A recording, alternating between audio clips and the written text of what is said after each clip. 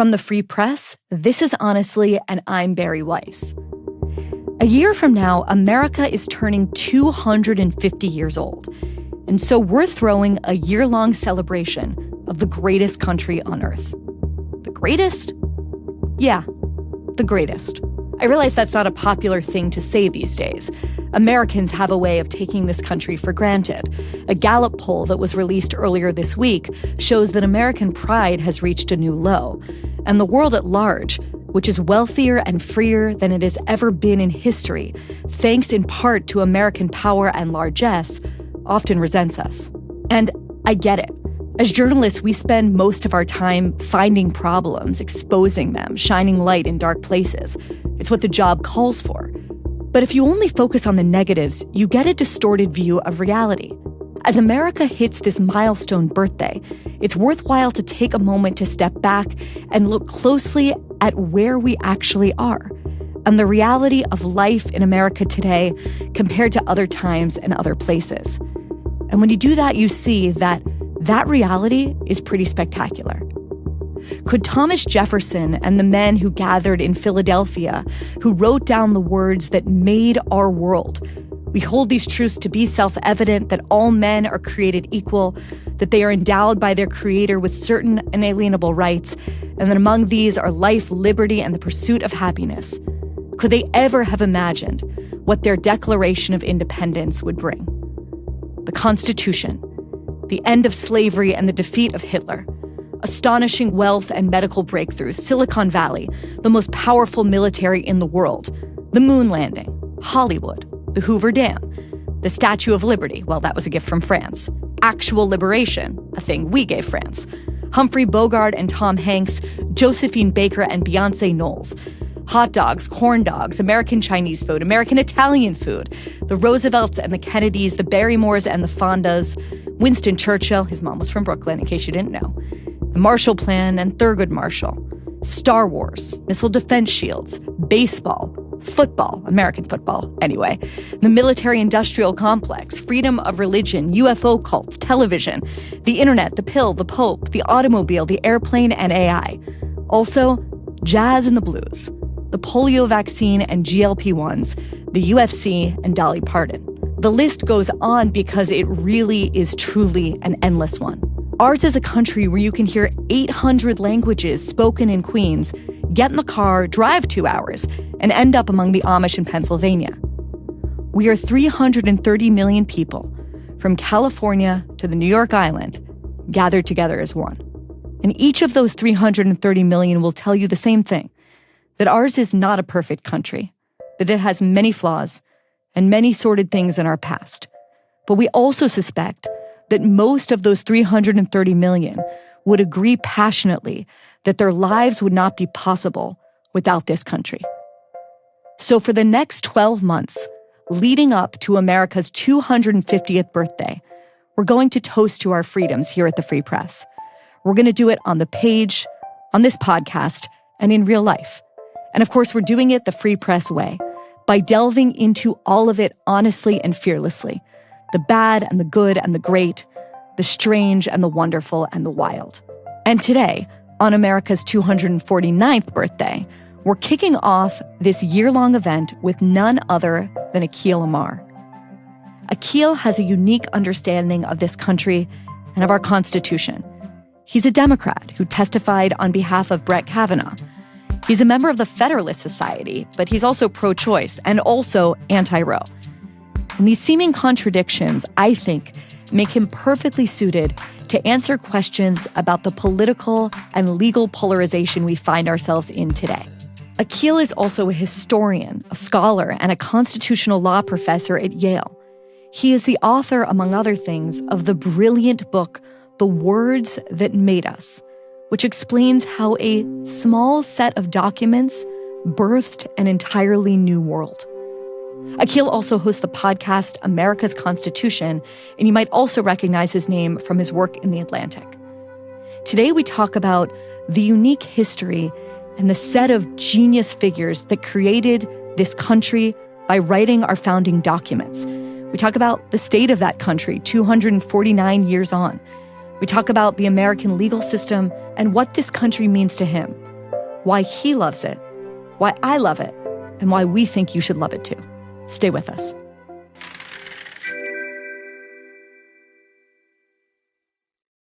Akhil Amar, welcome to Honestly. Thank you for having me. So excited to have you here. America, as we know, is a very weird thing. A lot of other countries in the world, most other countries in the world, are based on genetic line. They're based on the idea of, to say it in the most neutral way, blood and soil. America is not like that. America is based on a set of ideas, starting with the Declaration of Independence signed 249 years ago this week in Philadelphia. I hope this isn't too broad a question because you've written so many books about this. You have more coming out about this topic. But let's just start by asking, how did they come up with this unbelievable document that really formed the basis of the Constitution and so many things that were to come? How did they come up with it? Well, you got it just right. This is a unique place in the world because it's not based on blood. It's based on a creed, on the American creed. And the Declaration of Independence is one of the two most important documents in defining that creed, the other being the United States Constitution. And you said, where did they come up with it? So one question is, who's the they that we're talking about?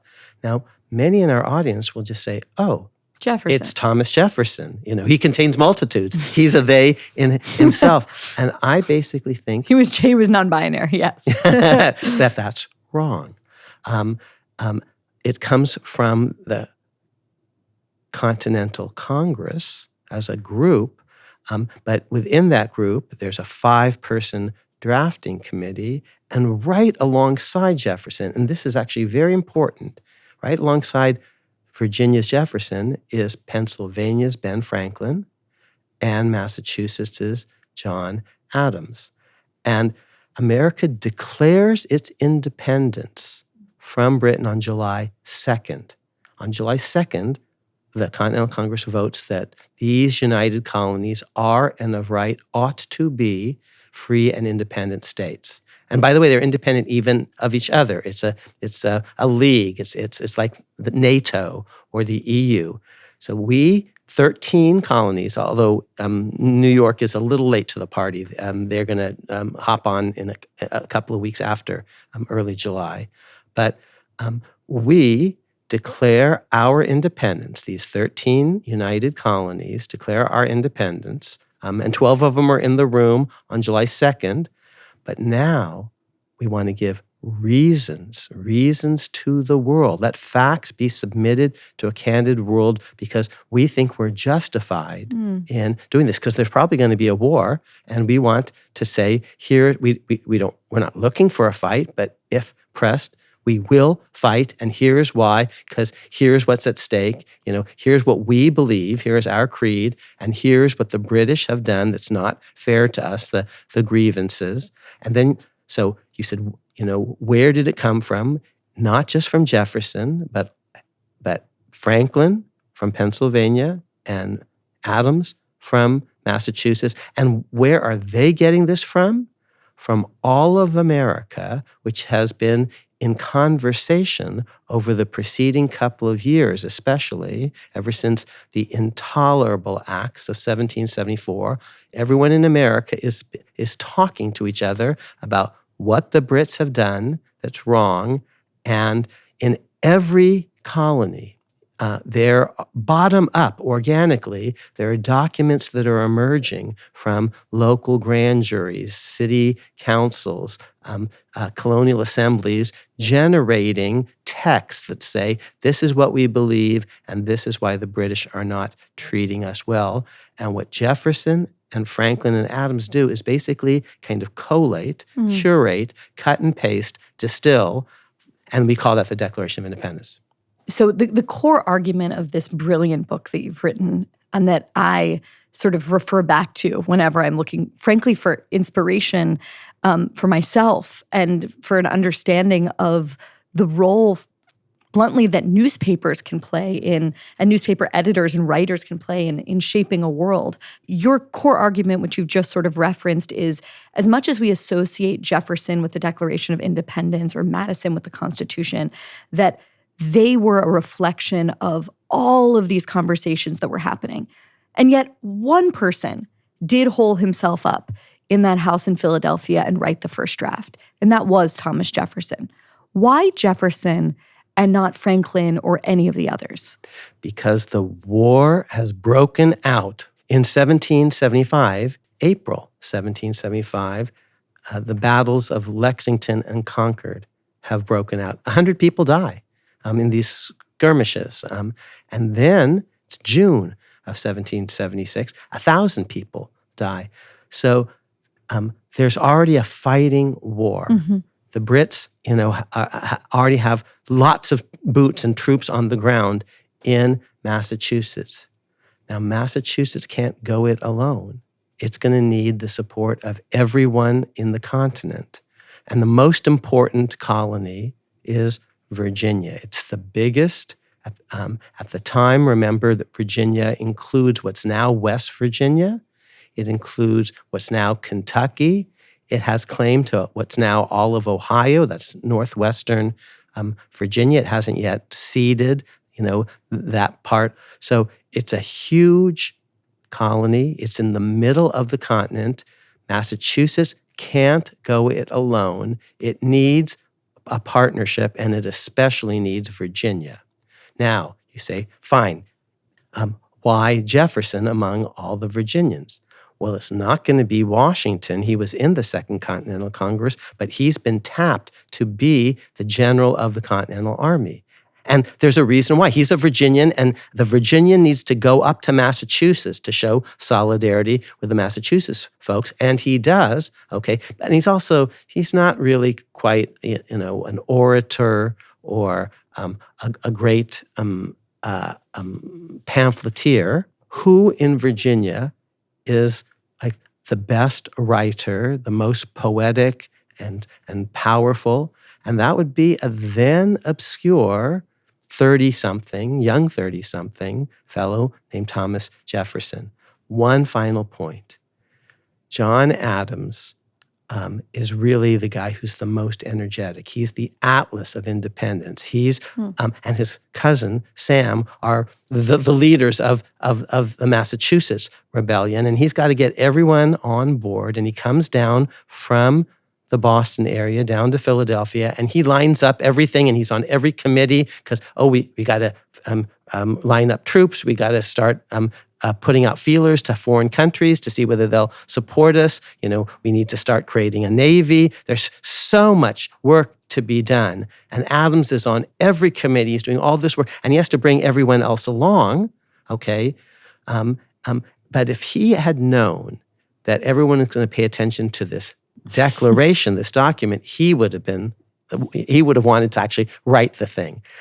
He thinks the key is declaring independence, which is July 2nd, and he actually seconds the motion. The motion is put forth by another Virginian, Richard Henry Lee. To repeat, it passes on July 2nd, but Adams basically doesn't realize that the key date will end up being the 4th, and the key document will end up being the Declaration. And if he had known all of that, I'm not sure he would have been quite so deferential. But he does say to Jefferson, you do it, I'll help. I'm a workhorse, I'll help you, but it needs to come from Virginian. And he also says stuff like the following. Now, he says this later on, so we don't have contemporaneous evidence, but in his memoirs and things like that. He said, well, I told Jefferson, people don't like me, they really like you, and you're 10 times the writer than I am. Now, I'm not sure all of that was said at the time. When he says it later on, and we're getting a little ahead of the story, he wants to butter up Jefferson. So they're frenemies. They're friends at the beginning, and then they're rivals, and then at the end of his life, he wants to be friends again, in part because he wants Jefferson to help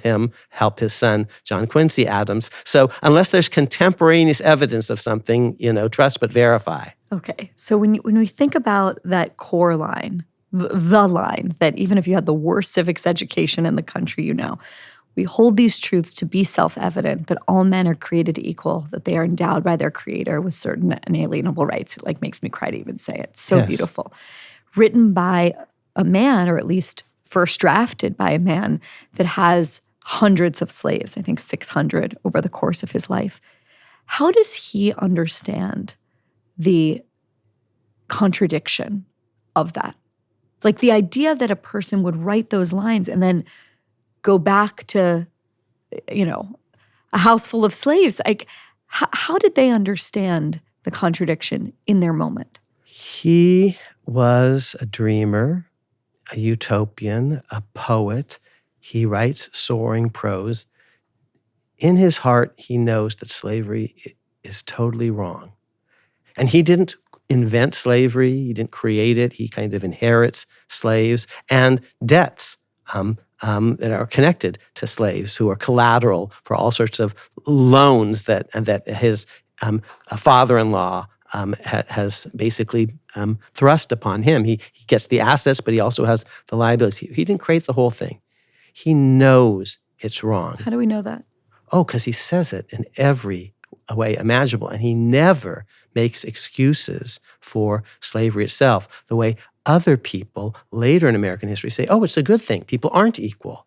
John C. Calhoun will say that. Alexander Stephens, the vice president of the Confederacy, Alexander Hamilton Stephens, by the way, will say that. Jefferson Davis, as in Jefferson Davis, the president of the Confederacy, will say that. So people from the Deep South do not think slavery is wrong, even at the founding. People later in American history from the South will make all sorts of excuses. Jefferson never does. He knows that slavery is wrong. He says, at some point, like, when I reflect on all this, I tremble for my country when I know that God is just.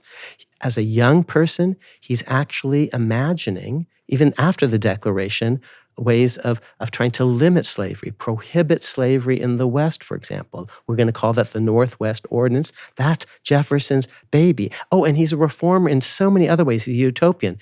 In the 1770s and 80s, he's going to champion religious freedom, public education, an abolition of primogeniture and entail, land reform, and slavery limitation. He's woke in the language of today. He believes in the Enlightenment project, but he's weak-willed. He's a hypocrite. You might say today he's a limousine liberal. Before there were limousines, he's a carriage liberal. So he makes excuses for it. And by the end of his life, he is actually he has created a pro-slavery party for reasons that we might get into. He needs it because President John Adams is going to try to criminalize critics of President Adams. So Jefferson is going to have to create a party to resist certain bad things that his former friend, once and future friend, Adams is doing. But it's going to be a Southern party, a pro-slavery party in the end. And so Jefferson, as he ages, alas, gets worse on slavery. He believes those words totally. He just doesn't live them out.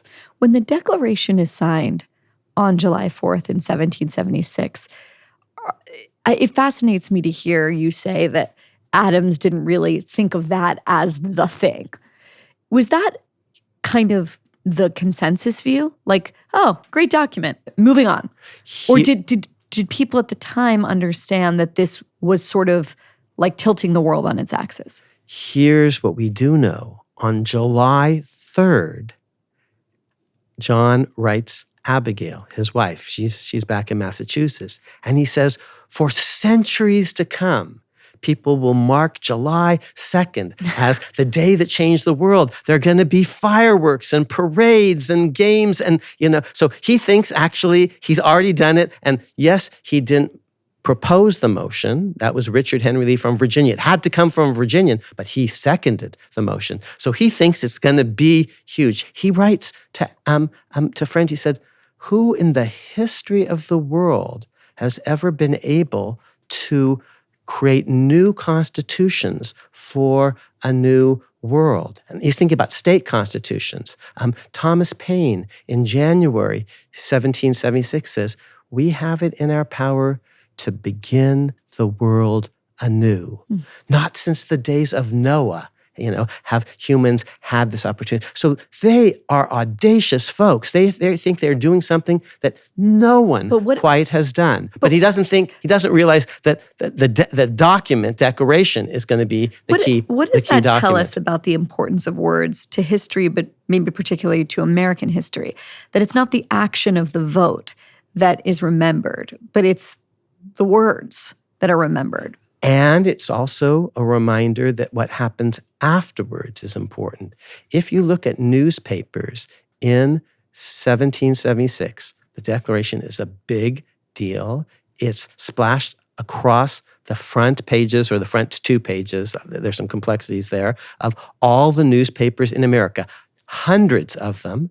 Washington immediately has the Declaration read to his troops so they know what they're fighting for. It's proclaimed in all the churches, in all the bell towers, in all the town meetings, in all the local assemblies, everywhere. It's written to be read aloud. And Jefferson is a poet. He has an ear. He's curating and distilling all these other documents and coming up with something that will soar, that will sing. And he was good for that project. Okay, so that's all important. But when you read the newspapers, there's only one phrase that's capitalized or italicized at the time. And it's not the all men are created equal and self-evident truths. It's that these united colonies are and of right ought to be free and independent states. And they can wage war and make treaties and levy peace and all sorts of things. That's the key. That's the payoff sentence.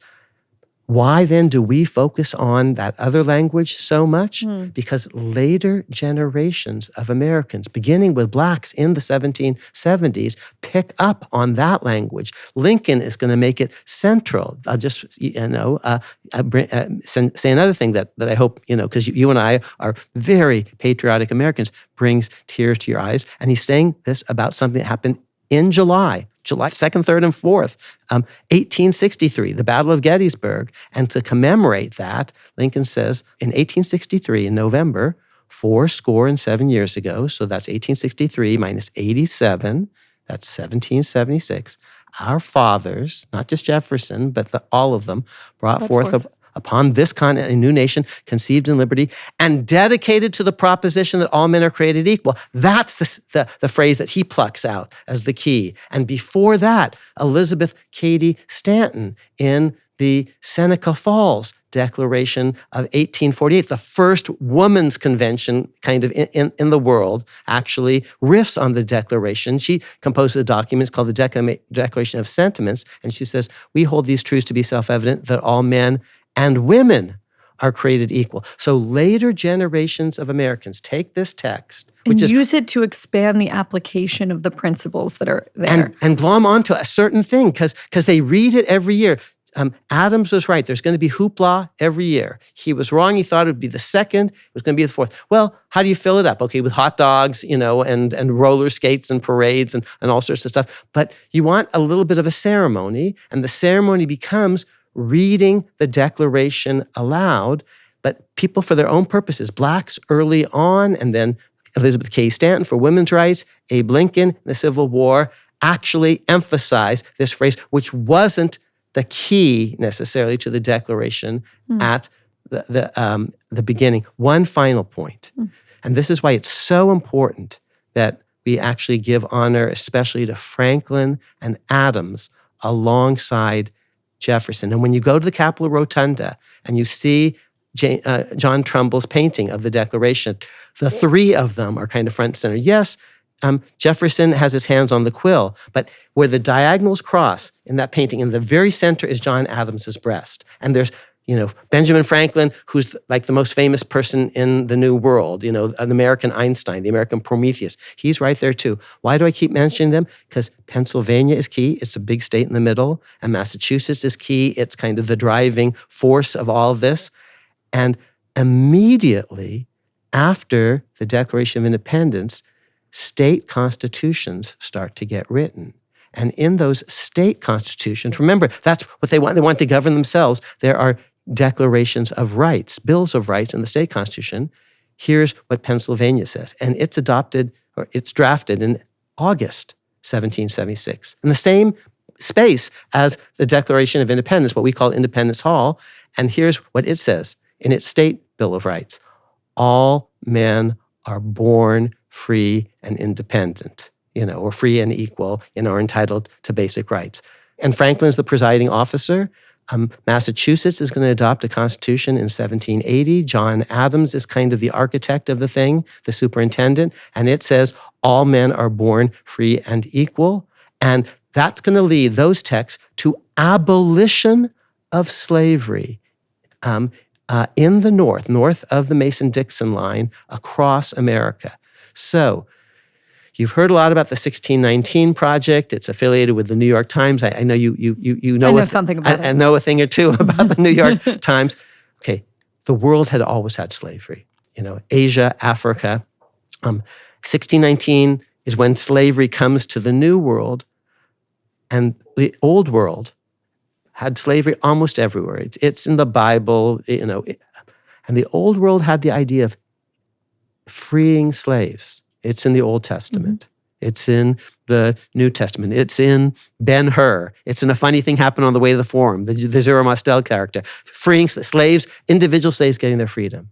But never until 1775 was there a mass movement, not to free slaves, but to end slavery, the Abolition Project. The world's first anti-slavery society is founded in Philadelphia in 1775, and Ben Franklin and Benjamin Rush, who both signed the Declaration, will later become presidents of this organization. And immediately after the Declaration, state constitutions are saying all men are born free and equal, and that will lead to the immediate in Massachusetts or the gradual in Pennsylvania and other places, abolition of slavery. Not freeing slaves, ending slavery virtually everywhere in the North. And that's and Jefferson, I think, in principle, thought these were all good things. I don't want to jump too far ahead, but given that you brought up 1619, I want to stay on this for a second. What you're saying, Akhil, and this is my understanding, is that the exceptional nature of everyone in the world had slaves. Everyone. The whole world was awash in slavery.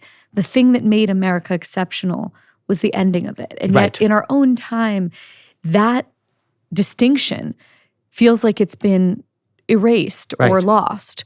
Why is that? Why is that happening in our particular moment? Well, in part because there's too much focus on Jefferson. And there are reasons why we focus on Jefferson, because the Democratic Party claims him as its founder, and the Democratic Party is an important party in America. And Lincoln actually funds the other party, the Republican Party, says all honor to Jefferson. So if we think it's Jefferson, we focus on Virginia, and he doesn't free his slaves, and so we say, oh, that's not what they really meant.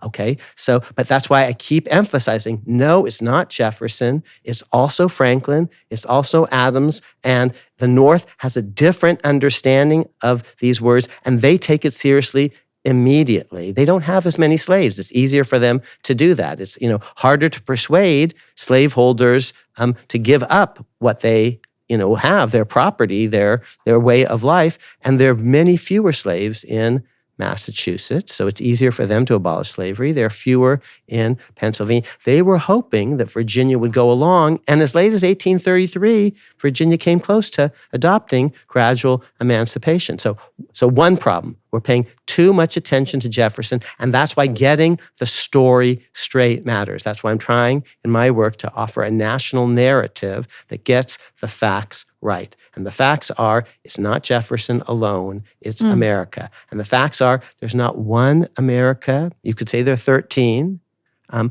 but to read it, history backwards just a bit, it very quickly emerges that there are basically two Americas, or maybe two and a half. There's the North, and it's the abolitionist North that's really going to take seriously all men are created equal.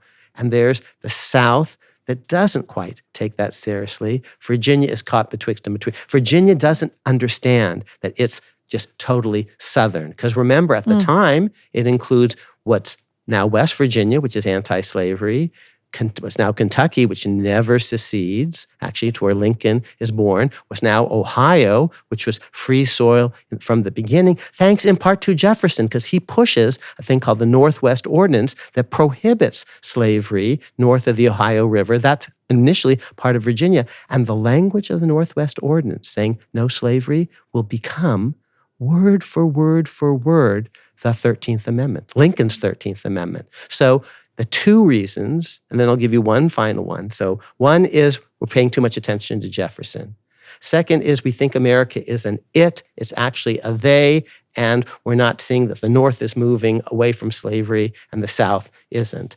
And the third is for different reasons, both the hard right and the hard left are missing the abolitionist project. The hard left because they don't understand American greatness. They dump on America too much. And the hard right because, if we really from the beginning were abolitionist in important respects, that means that their great-grandparents who fought for the Confederacy and the Lost Cause or what have you, maybe were on the wrong side from the beginning. Okay, so the Declaration of Independence is the first document of a series of documents that sort of make up the words that created this new world, the words that made us. And that made us. And it's a pun. Right. We, the people, right, the of we, course. But also the U.S. I got it. I know you did, but just for the rest of them. Okay, so the Declaration of Independence sort of gets America, or gets the colonies through the Revolutionary War. And then the founders recognize, to gloss like a ton of history, that they need a more cohesive structure. They need more than that. And so they come up with the Articles of Confederation. But that doesn't really work. At what moment, what is the locus of what is the germ of the beginning of the Constitution and the understanding that that is the document that they're ultimately going to need? So it's a gradual recognition throughout the war that there's not enough power in the central government to actually have a strong enough army. So Washington is beginning to see this early on. Remember, he's not there in July of 1776. He's already up in Massachusetts. It's after Lexington and Concord and Bunker Hill, but there's a siege of Boston. And so he's a Southerner helping the North, and he has his troops hear the Declaration of Independence. They know what they're fighting for, but wow, they're getting their butts kicked. And it's a 5-year war and a bloody war. And George Washington, over the course of 5 years, has maybe 6 good days. And good days include just saving your skin and living to fight again. So Washington, who's there every day, and Hamilton, who's there every day, and John Marshall, for that matter, who's a young soldier at Valley Forge, are realizing, because they're living it every day, that troops need more support. People are dying at Valley Forge from cold because they don't have enough blankets, they don't have shoes, from hunger because they actually don't have enough food. The army is just starving, and Washington feels it, and Hamilton sees it, and Marshall sees it. So even after Yorktown, we win, and there's a treaty of peace, and Britain recognizes our independence, and so does France, and the rest of the world is about to recognize American independence. But people like Washington and Hamilton realize there's going to be another war, and a war after that. Welcome to the world. It's a nasty, world. Maybe Brits will come back. Maybe the French will turn on us. Maybe it'll be the Spanish. Russians have designs on the new world. We don't know exactly when and how, but we do know it's a nasty world. The rest of the world is not democratic, pretty much, controlled by monarchs, and we're going to need something much stronger to win the next war. And we still haven't paid all the soldiers for the last one. And we still haven't paid all the people in Europe who lent us money for this war. And unless we pay them back, they're not going to lend us money for the next one. How do they come up with the idea of a constitution? Like, drop us into the kind of discussions that were happening, especially with kind of like the 6 main founders and shapers of it. And here are the big six by acclamation. They are the first people who will become the first four presidents. They're not yet presidents, but George Washington, John Adams, Thomas Jefferson, and James Madison. Those are your first four presidents, and they're all revolutionary leaders. And Ben Franklin and Alexander Hamilton. Those are the big six by acclamation. Yeah, there are other people. There's John Jay, there's John Marshall, there's Patrick Henry and Sam Adams. There's a whole cast of amazing, secondary characters. But those are your big six. And they don't always agree, you see, and partly because they have different revolutionary experiences. Jefferson never gets it quite. And here's why he doesn't. What's he most associated with?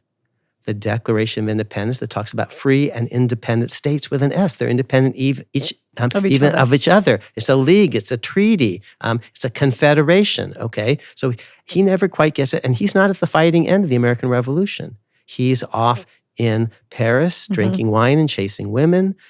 He's in Virginia where he's a governor, perhaps, but he's not seeing the problems of keeping an army in a field. And neither is James Madison. He's not at the fighting end of the American Revolution. So basically, those who were at the fighting end, especially Washington and his, in effect, adopted son, Hamilton. Washington has no children of his own.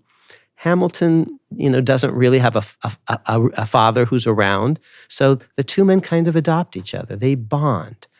It's very tense. Lin-Manuel Miranda, who is a genius, captures all this brilliantly, building on Ron Chernow's biography of Hamilton. And Ron is also a genius. So they don't all agree.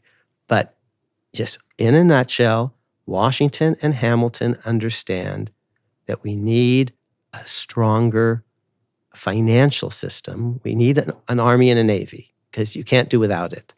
We don't want it too big an army, too big, but we're going to need something, and therefore they're going to need to be paid, and the Articles of Confederation are not generating the funds that are necessary to pay the troops, and here's why.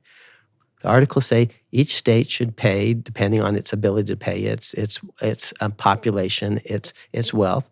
So each is requisitioned, assessed to pay a certain part of the dues, and the states don't pay. And what are you going to do? How are you going to throw Virginia in prison? How does that work? Right. So they realize, here's what we need to do. We need to tax individuals, and we can tax them especially. This is today with tariffs. Okay. If you want to buy that silk shirt, if you want to buy that beautiful scientific instrument, if you want to buy this great farming implement, they're coming from Britain and Europe, okay? And if you want to import all this stuff, for your personal use or for your business use, fine, but you're going to pay something at the customs house. And New York is really important, and Philadelphia is really important. That's, in Boston. And if you don't pay, you're not going to get the thing that you want to buy. Individuals can be made to pay taxes. But now and that can support the Army and the Navy. But here's the thing. If they're taxed, they have to be represented, because the Declaration of Independence said, and before that, the American conversation insist no taxation without representation. The Brits shouldn't tax us because we're not represented in Parliament. Who's taxed under the Articles of Confederation? The states, but the states as states are represented in the Articles of Confederation. If individuals are going to be taxed, they have to be represented. But now that Congress is going to have to be a real legislature. And if it's a real legislature, it should look like state legislatures. It should be bicameral. It should have 3 branches of government like the Massachusetts Constitution or the Virginia Constitution. So we need a stronger executive who will also help for national security, and an independent judiciary. So check. It's almost like a math problem to be solved. And it all begins with the need for continental defense, because without that, you're dead. One of the things that is kind of almost shocking when you read about these figures, all of them, but probably especially Franklin, is you just named 5 contemporary people as geniuses. Maybe they are, maybe they aren't. I don't think anyone alive, maybe you'll tell me, would hold a candle to Franklin. And I think I agree. And I didn't understand that 10 years ago. What made them that way? was it the culture at the time? Was it a sense that, you could be an expert in so much? Like, how did that culture, how did the New World allow for that kind of particular genius that when we look back, it's just like the amount of things that this one man in Franklin, forgetting all the rest of them, was able to accomplish is astonishing. What was it? So there may be no just complete explanation for genius, but you've put your finger on it, Barry. There is a culture, and it's a culture that's more open to the genius of everyone, including low-born folk. People who are geniuses in the old world have no ability to shine because they weren't born to the right family, and so they're never given a chance.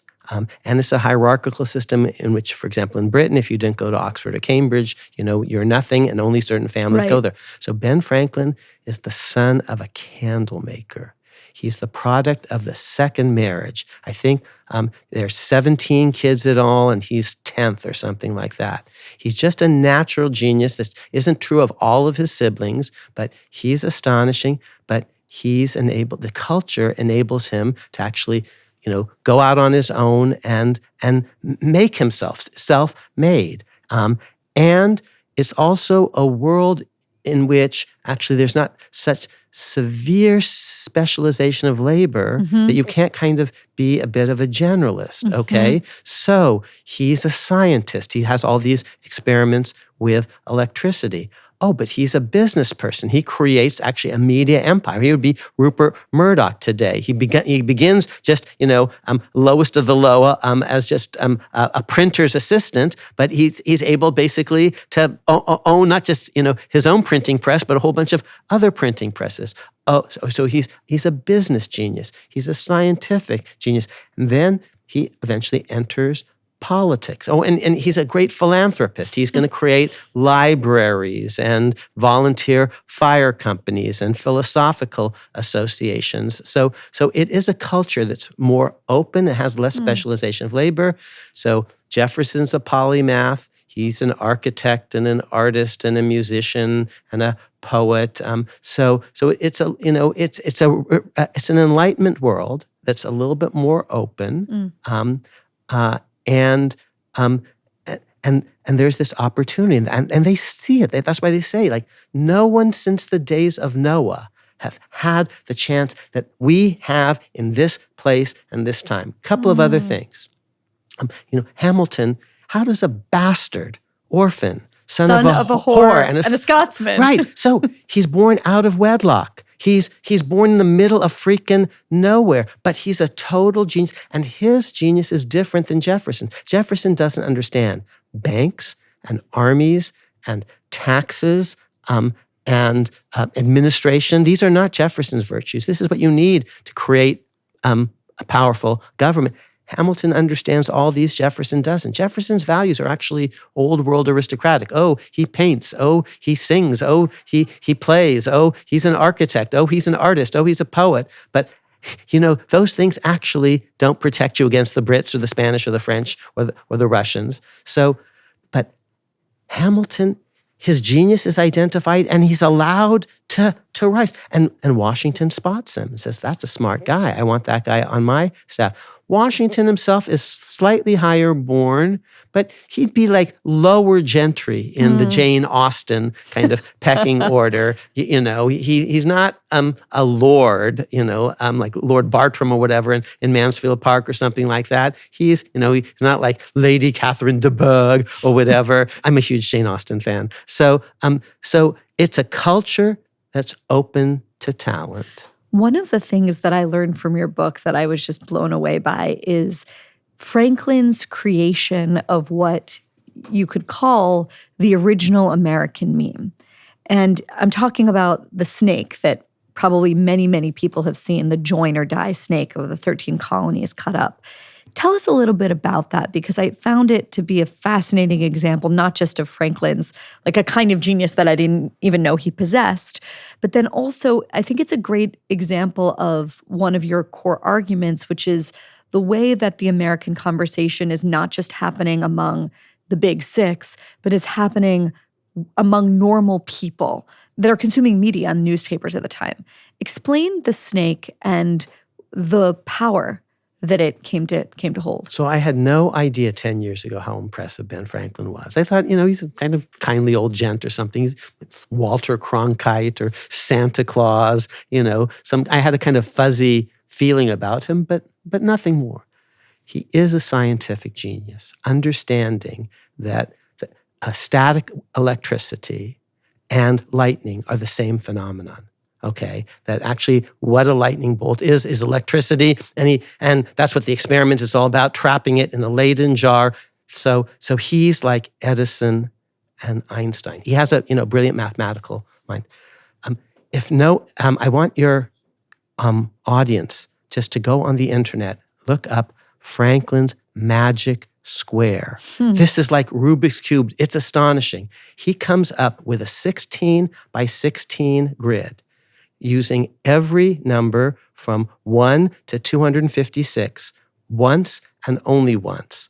And every row adds up to the same number, 2056. Every column adds up to the same number, 2056. Every 4 by 4 matrix adds up to 26. And every chevron, these diagonals, like how did he do that? It's like, okay, so he's a math whiz and a science whiz.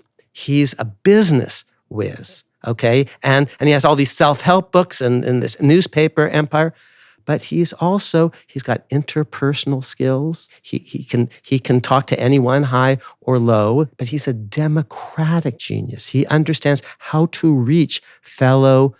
So how does this cartoon fit into that? So first of all, if you're a newspaper person, you have to sell newspapers. You have to figure out what people want. Okay, so he creates the world's first cartoon in the world, political cartoon, and the world's first viral meme. It's 3 words, #join or die. Because ordinary people, they've got other things to do. You got to keep it simple, stupid. He understands that. He has to persuade ordinary people with a big idea in a small package, with an image too, so they can see it. You don't have to be particularly highly literate to understand 3 monosyllabic words, join or die, and it's a snake. And here's the point. If you chop the snake up into parts, it dies. America can only succeed if it actually unites. Originally, this cartoon was we have to unite against the French in what's going to become the French and Indian War, because he's a very loyal British subject. But eventually, he's totally dissed when he's in London. The king, and the king's ministers are completely rude to this very great man, and so he becomes a strong patriot. And now join or die means we have to join or die, but we have to join against the Brits. It's this viral meme, hashtag, and it's for a democratic culture. He's making and it's going to be Lincoln's argument later on. It's going to be my argument if we talk about today. If we don't hang together, we're dead. Our great strength as a nation is that we're a continental regime separated from oceans by some of the thugs of the world. Franklin is alleged to have said, I don't have contemporaneous evidence of this, about the Declaration of Independence, because look, they're signing their death warrants. We pledge our lives, our fortunes. And he's a rich guy. Jefferson's a pretty rich guy, although he has a lot of debts. Washington's a rich guy. And our sacred honor, okay? They're putting it all on the line. And if they lose, they're dead. They're traitors. And so, but here's now join or die. He says we must hang together, or we will assuredly hang separately. And by that, he means not just the colonies, but we as individuals are going to hang by the neck until we're dead, because that's what they do to traitors, in British law. So join and this is his democratic, but he's also looking at maps of the world and all the rest. And the snake is actually, it's a map metaphor, actually, when you look at it carefully. Because, see, what we call the northern states are actually also the eastern states because of the angle of the coastline. And so the head of the snake is New England, and it's on the right, and the tail of the snake is sort of South Carolina, because, later Georgia, because it's on the left. So it's a map, but it's an image, and it's an image that anyone can understand. 3 words, and it goes around the world, and we're still talking about it today. But he invents the political cartoon and the viral meme, because he's a product of a democratic culture. What was their roadmap for creating the Constitution? And the thing you learn in civics class is that Madison was the driving force of the Constitution. I'm sure that you have a more complicated version of that story, so tell it to us. I do. If you just look up Father of the Constitution in word searches of old newspapers, and we can do stuff, Barry, today that you couldn't have done 10 years ago. So all the newspapers from the era are now online, word searchable. And if you just put in Father of the Constitution, before 1825, it never refers to Madison. Who does it refer to? Of course, the one, the only, the indispensable George Washington. There are only two people that Americans up and down the continent know. They've never heard of James Madison. I'm short. Madison's 5'4", and he's not a hero of the American Revolution. Today, he'd be like a political science professor somewhere. And he's interesting, but no one's ever heard of this little nebbish. Okay, they've heard of two. Oh yeah, I and several of my roommates at Yale are Jewish, so I know lots of Yiddish. Okay, so Americans know two people. America's Einstein, Edison, of course, they haven't been born yet, but the greatest scientist in the world, Benjamin Franklin, and he's homegrown, and he's a great businessman too. And Washington, who has an army, who has, after Yorktown, the only viable army on the continent, and gives it up to go home. No one had done that in the history of the world. So in the history of the world, strong military people use that military power to grab political authority for themselves. This is Xerxes or Darius. This is Caesar when he crosses the Rubicon and allows, the diadem to be put on his head. Cromwell will name himself Lord Protector. Napoleon, in this era, shortly after the American Revolution, will grab the crown from the Pope's hands and put it on his own head. And Washington walks away from power. Wow.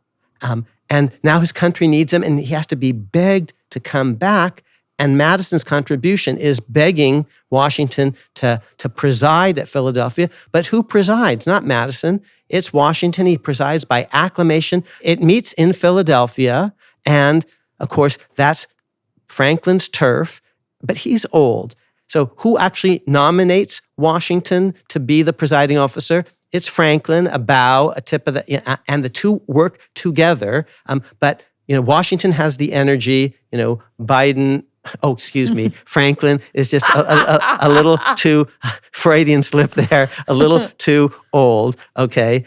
So Washington is the unanimously selected presiding officer.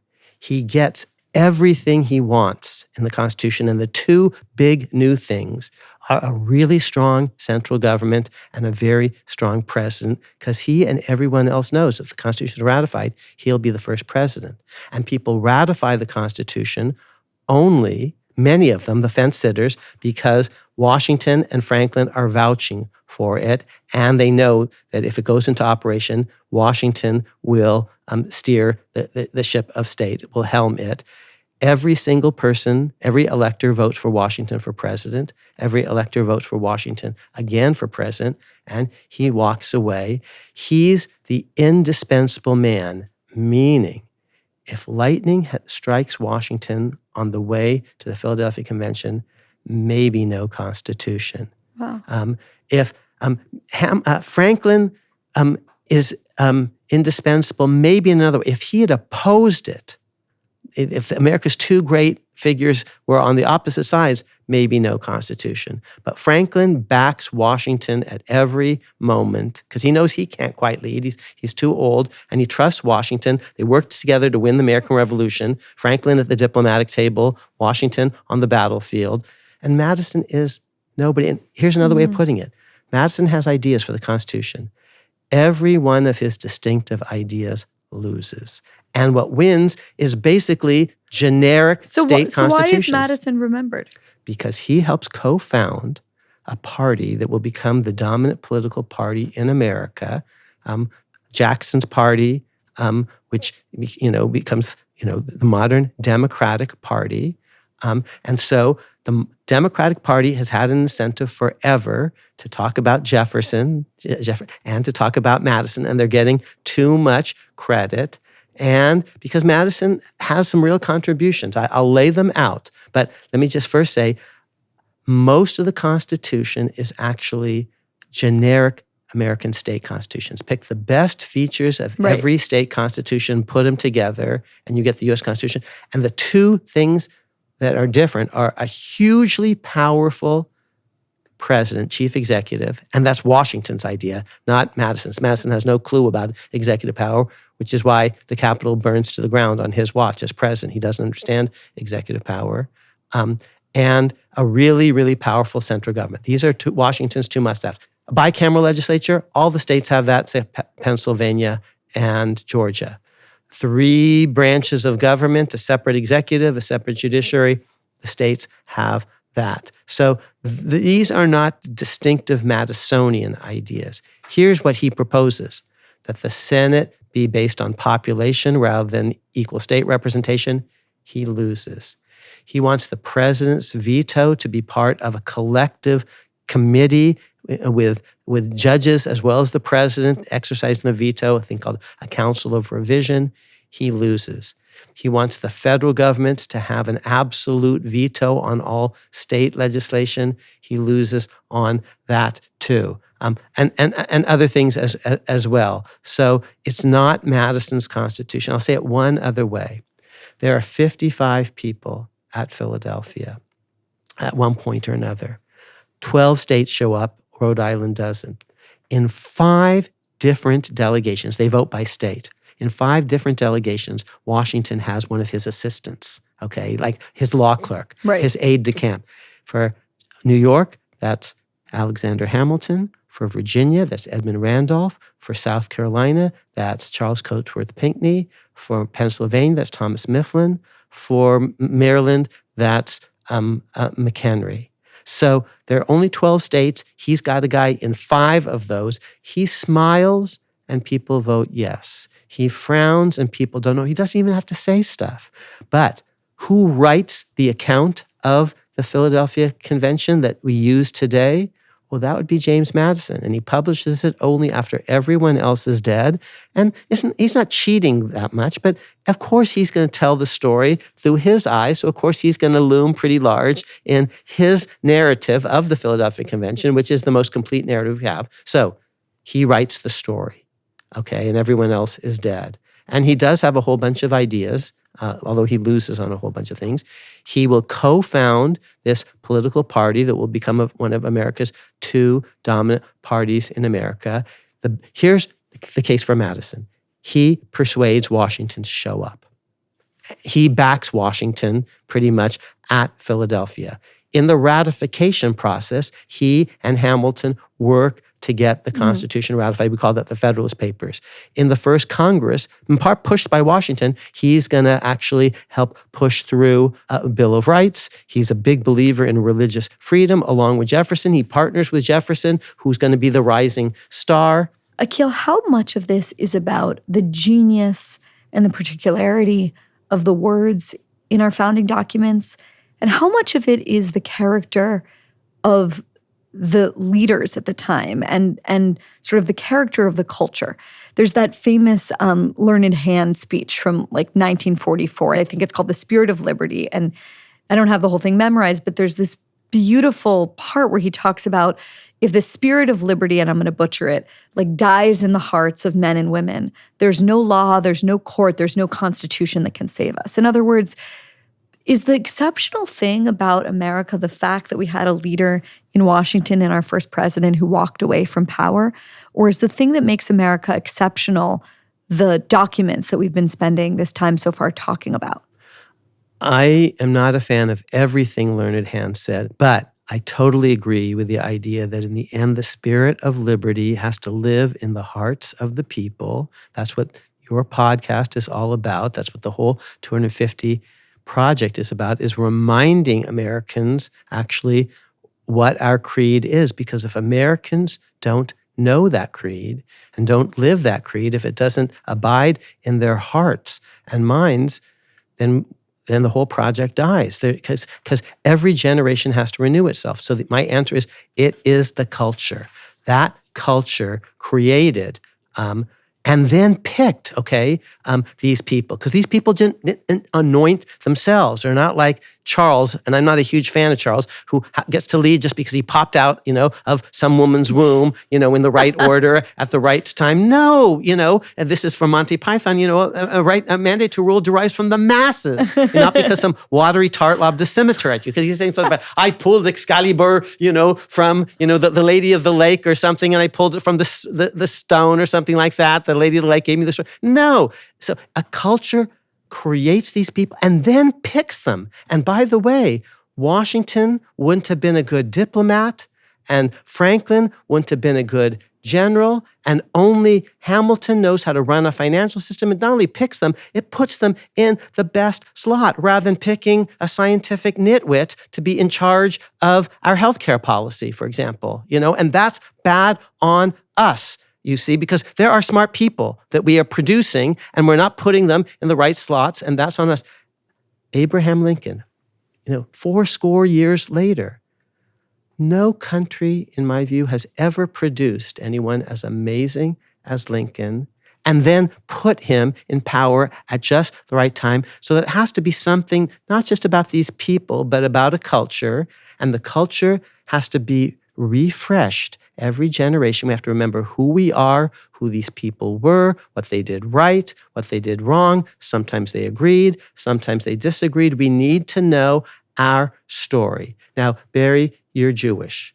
And every year, Jews for millennia, across the globe, in a diaspora where they've been, hounded and persecuted, in so many places and so many times, but they recollect, they remember who they are, and they say, we are the people, just like in the words that made us. And this is like 5,000 years before, but we're a people who, were in Babylonian exile, and we were slaves in Egypt, and then, and the Lord spared us. And so they remember who they are. Okay, they have a narrative, they have an identity, and if you're Greek, you know maybe the Iliad and the Odyssey, and these are constitutive texts for your culture. But you put your finger on it at the very beginning. You say, America isn't about blood. It's not even about first language, okay? It's about a creed. And the Declaration of Independence is a distillation of American creed, North and South. The North has a different understanding of all men are created equal. That becomes the American understanding thanks to Lincoln and the 13th, 14th, and 15th Amendments. The North wins both the argument and the war and the amendments. And you need to know that story in order to be an American and to have enough in common with fellow Americans to go forward. There's a war on that story right now. Yes, from both left and right. Yes, and the right is telling a very dark story about kind of, heritage America. Yes. And the idea that your genetics or your DNA somehow makes you a more true inheritor of our history and our creed than others. And then the left is basically saying that we're unexceptional. And because of the flaws, not just of the founders, but the hypocrisies of our history, and we could pick out hundreds, thousands of examples, and because America can never live up fully to its ideals, it should somehow be torn down. Right. How optimistic are you about the ability in our present moment to renew the truth of our creed? Well, I think it's a mistake to bet against America. Now, past performance is no guarantee of future success. They tell you when they're trying to get your money to invest in this or that.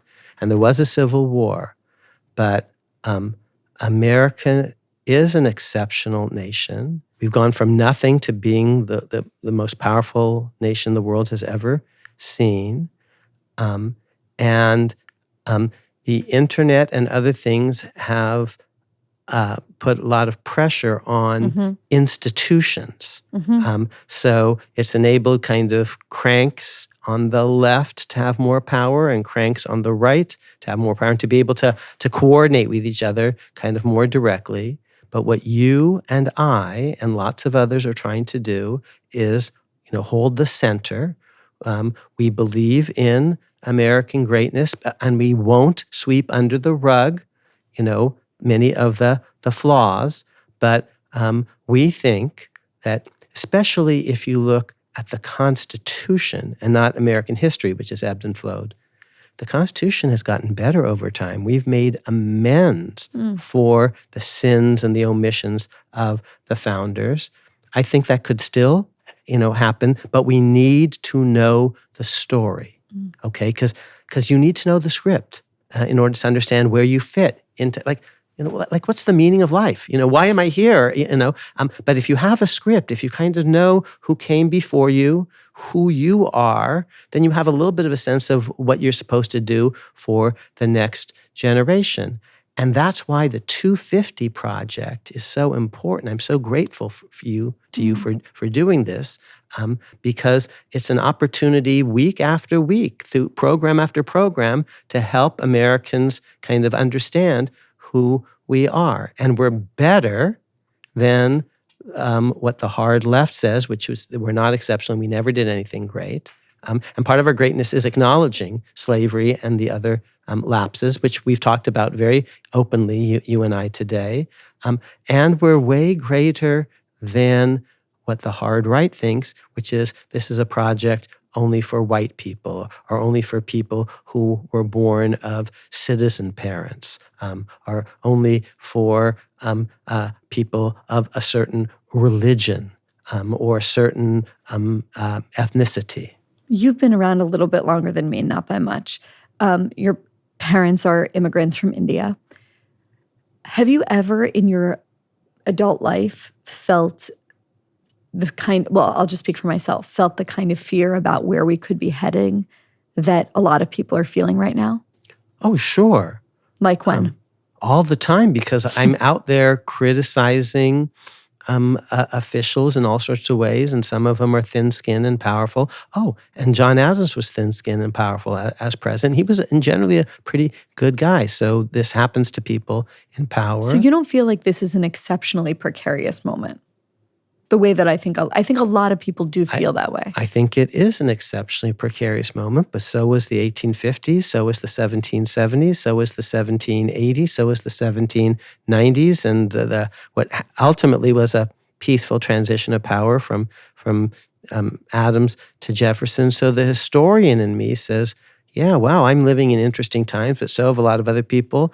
And when I look around the world, and I see how much, this is precarious, but my parents, my mom passed away 3 years ago this week, and I think about her all the time. My dad is 96 years old, but my parents were born under a British king halfway across the world that didn't care about them enough, and a British parliament in which they couldn't vote halfway across the world. And I understand a little bit through my family story what John Adams and Sam Adams and Patrick Henry and James Otis and the other people I talk about in the book. I kind of get a sense of, how they felt, because my parents tell me stories about what they felt as youngsters. But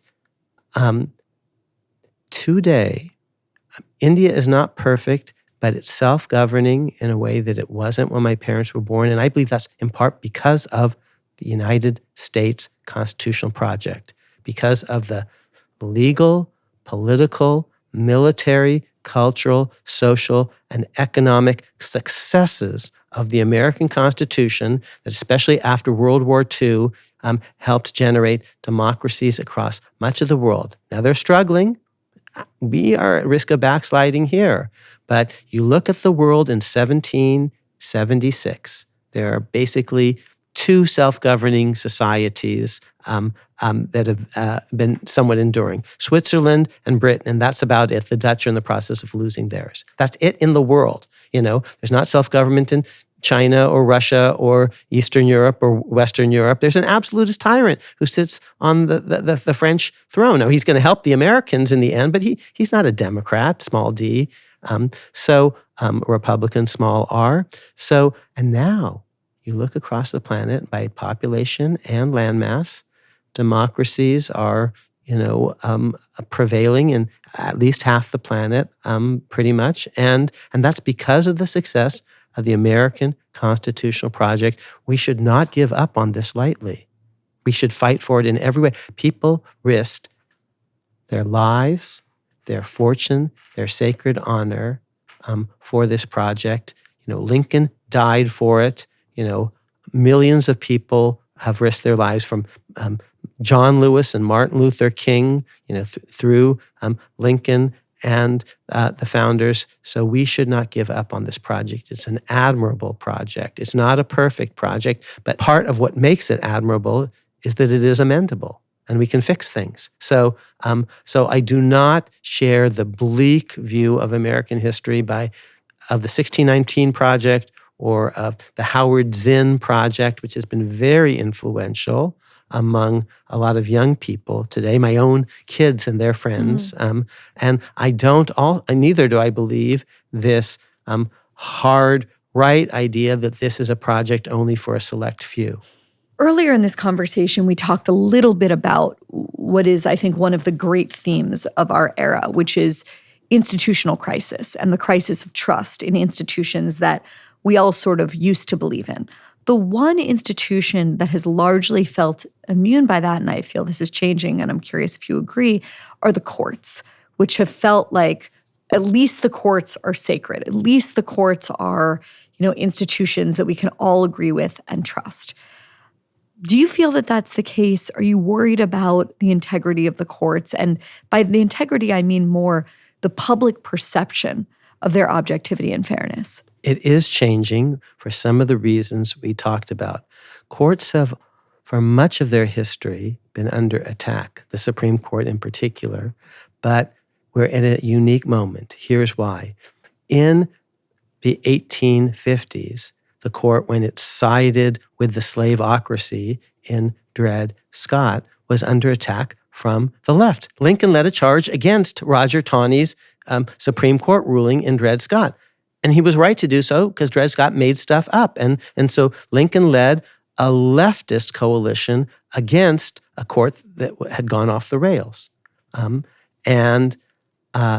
In the 1930s, after many, many decades of kind of conservative jurisprudence, the left once again, launched a kind of critique of the court. Franklin Roosevelt even proposed packing the court. Yep. It was the bad old court, the conservative court, and it was again critiqued from the left. In the 1960s, late 50s, early 60s, the court is being attacked from the right by McCarthyites who don't like the court's efforts to try to protect the speech of communists and socialists, by racial segregationists who don't like Brown versus Board of Education, by all sorts of folks who are saying, impeach Earl Warren. So the court has been attacked at times from the left, Lincoln and the New Dealers, from the right, impeach Earl Warren. But what we're seeing now is unique because it's simultaneously under attack from the hard right, no more suitors, and the hard left that think that all these people are just hacks. That's what's unique, and it's been created in part because of communications technology that is different now. Twitter enables people on the hard right and the hard left who used to be kind of excluded from the conversation. They couldn't get their op-eds published in the New York Times, the Washington Post. The establishment, the institutions, they now have more power than ever before. The parties are more polarized than ever before because each party is worried about being primaried from the extreme. So that's why it's a unique moment. Have we ever had a precedent for the personal attacks on not just many public figures in American life, but on justices at their homes? Like people protesting out. When I was growing up, that would be considered insane. But now that's become a totally normative part of life for judges in this country that are coming under tremendous pressure, including threats of violence to them at their homes. Is there historical precedent for that? I don't think anywhere near where we are today. And now I want to say a word of support for the judges and justices. Okay, so words have consequences. I believe in robust free speech. But when you go around saying these justices are on the take, they're corrupt, they're evil, well, people hear that, and some crackpots say, well, if they're corrupt, if they're evil, then I'm going to save the republic by vigilante action. I criticize the justices from time to time, but I never say anything like that. I say, wow, they got it wrong. They screwed the pooch when they said ex-presidents are immune from criminal prosecution, because the Constitution just doesn't say that. Okay, so, but I never attack the good faith of the justices themselves, because I actually believe they are people acting in good faith. I sometimes agree with them. I sometimes disagree with them, but they're not corrupt. They're not just hacks. Every single one of these justices, just to take a step back, could be making a ton of money in private practice, 10, 20 times what they make on the court. And you say, okay, but they like all the power of being on the court. And I say, yes, but as young people, none of them, were on the court. They were doing public service in a pretty low visibility way on lower courts, where they had almost zero chance of ever being elevated to the Supreme Court.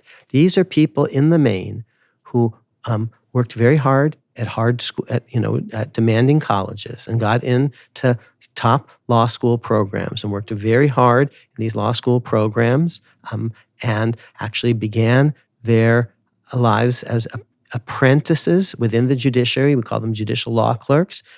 Many of them were the absolute superstars of their graduating classes. In all of America, in any given year, about 36 people clerk for the Supreme Court. Most of the justices were in that 36 when they graduated from law school. So they were among the best of the best of the best as young lawyers. And they could have taken jobs in this city and gotten gazillions of dollars, huge bonuses, but instead they decided to be public servants, and they started in lower federal courts. They weren't particularly famous. They got little money. Their spouses are reminding this every day, because they've got bills to pay and kids to raise. And kind of lightning strikes, and they end up getting on the Supreme Court. And they're not hacks. Here's my evidence for that. That the cases where they really go off the rails are pretty unusual. And more than anyone else in Washington, D.C., Republicans sometimes, vote with Democrats. That doesn't happen in the House. It doesn't happen in the Senate. 4 of my students are senators of the United States, and the Senate is not at all what it used to be. The House of Representatives, I have students in the House, friends in the House. It's a snake pit. Those folks don't read anymore. They just, dial for dollars and tweet, and they're not that serious. There are a few exceptions. The justices do their own work, listen to the oral argument, work on their own opinions, sometimes cross the aisle, way more than anyone else in Washington, D.C., and you might disagree with them, but they're not corrupt. They're not hacks. I'm going to need to have you back to talk about all of the news going on in the world of law, and we'll do that. Just given time, I want to close with a very simple question, which is, should people love America? I think, it feels like maybe an obvious question or maybe a dumb question, but I think there's a lot of people that struggle with the idea of you love a person, but is a country a thing worth loving? And if it is, why do you love it? Yes, I do, and you should. And Socrates writes about this, about Athens, and the Athenians put him to death. But he says, they're my parents. I owe them. They protected me. They nurture me. And you should not take for granted that you get up today and they're not bombs dropping on you, and there's not an army just a few miles from you that wants to kill you and rape your family members and your children. Oh, please, my fellow Americans, look around the world and thank your lucky stars. Every day I wake up and I kiss the ground because I don't take it for granted, because my life is so much better than my parents' was in India, so much better than I have 24 first cousins, Barry, and the ones who are here aren't trying to leave, and the ones who aren't here want to come. We can debate the wall, but the wall is to try to keep people out because people want to come here, as opposed to the Soviet Union, and Eastern Germany, which had walls to keep people in, to fence them in. So our lives, they're not perfect at all. And I voted against Trump 3 times and fiercely opposed him. But you compare the general peace and prosperity of the United States, our great private institutions, the innovation, the centers of learning, the vibrant, inclusive culture, where the great-grandchildren of all the other peoples in the world actually try to talk to each other and work together, which isn't true even in the other major democracy of the world.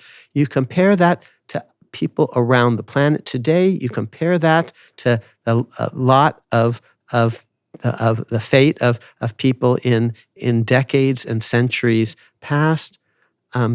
These are the good old days. Akhil Amar, are you ready for a lightning round? Okay, shoot. Okay, one word for the following people: John Roberts. Chief. Clarence Thomas. Reader, scholar. Samuel Alito. Traditionalist. Sonia Sotomayor. Crusader. Elena Kagan. Precedent lover. Neil Gorsuch. Maverick. Brett Kavanaugh. Team player. Interesting. Amy Coney Barrett. Cautious. Ketanji Brown Jackson. Junior most. And 2 more just for fun: Ruth Bader Ginsburg. Notorious, alas, I think it went to her head. Scalia. Overrated/arrogant. Interesting. Who is the best sitting justice on the current Supreme Court? Each in their own way. Diplomatic. Who is the most important justice in American history? For fun, Hugo Black. People would say John Marshall, but Hugo Black, the driving intellectual force of the Warren Court, a former Klansman, white Klansman, who actually generated the ideas, initially in dissent, for FDR's first appointment to the court that will become the Warren Court Revolution, and who always carried around with him a pocket constitution, and who sang the song of the Constitution. And he didn't go to a fancy law school, but he worked hard, and he read, and he thought, and he loved America. Most important president in American history? Lincoln. What do liberals get right about the Constitution, and what do conservatives get right about the Constitution, in a sentence each? Liberals get right that the Constitution is amendable and was transformed by a reconstruction that really did create a new birth of freedom and a renewed commitment to human equality at its very center. And conservatives? America is great. There really is American greatness, and young people need to be taught this, and old people need to be reminded this. Other than your books, which we'll get to in a second, what is the book that you would recommend to people on the founding or on our founding documents? Most important, other than your own. Well, of course, read the Declaration. It's short. Read the Constitution. It's short. If you have a taste for 18th century language, read the Federalist Papers, a series of newspaper op-eds arguing that the Constitution is a good document that should be ratified. So start with the Federalist Papers. In the secondary literature, among today's historians, although I respectfully disagree with him on some things, the greatest American living historian is Gordon Wood, in my view, and almost anything that he's 92 years old, something like that. Almost anything that he wrote is worth reading.